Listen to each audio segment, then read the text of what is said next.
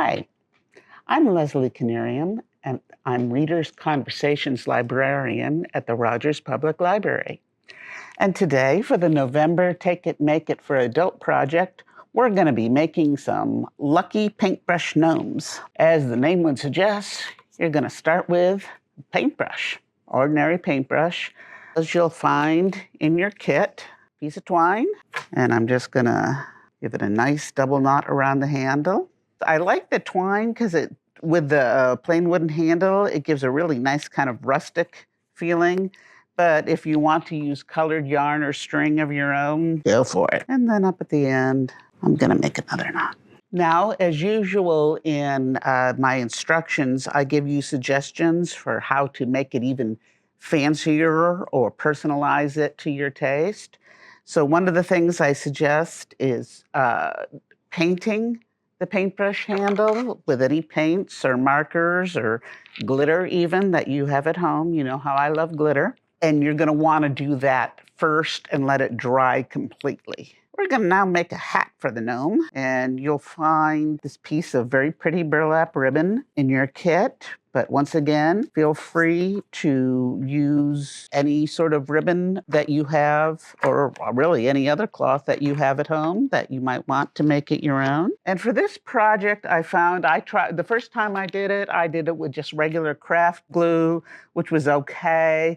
But this is one of those projects you really want to use a glue gun for if you have access to one, because it glues so much faster and you don't have to sit there and hold it. So I'm going to glue this around the bottom of the right there on the metal part of the handle and bring it down like that. You probably won't need this whole piece of ribbon, so if you've got any paintbrushes of your own or can stop out to the hardware store to get one, they're real cheap.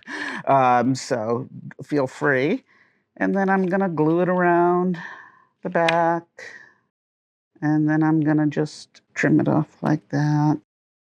Fold it over to make a nice edge. Glue that shut.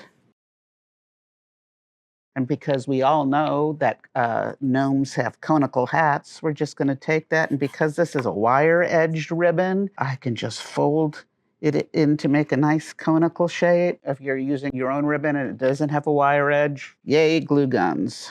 They'll do anything. They're magic.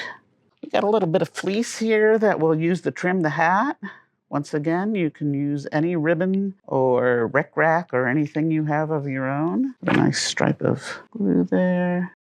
Hold it in place for a minute.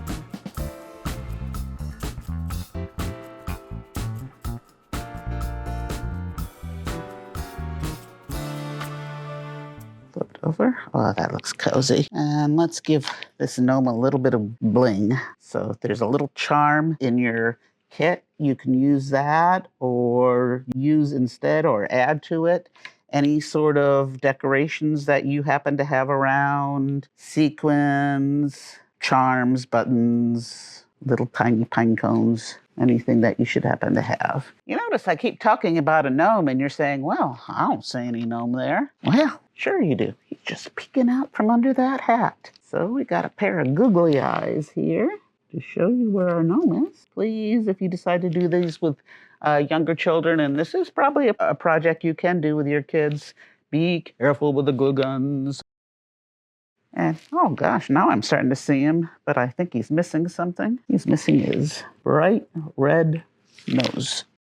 Oh, look at it, there he is. And since for this project, what I'm thinking of doing for myself is I'm gonna make a lucky gnome, a different little gnome for every member of my family, and then hang them from stocking hooks until it's time to put the Christmas stockings up, though you certainly can put them up anywhere you like. I'm gonna put my name on it here, so I know this guy is mine.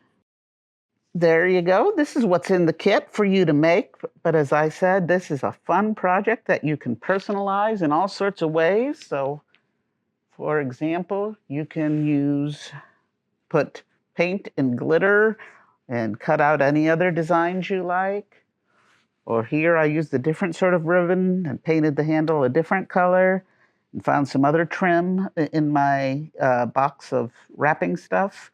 Or you could even personalize them for the seasons, for Valentine's Day or Easter or 4th of July, anything that suits your fancy. So I hope you enjoy these and have a lot of fun personalizing them. And in keeping with the sort of rustic mood that I've been in of late, our next project for December is going to be making Christmas trees out of coffee filters. So see you next month.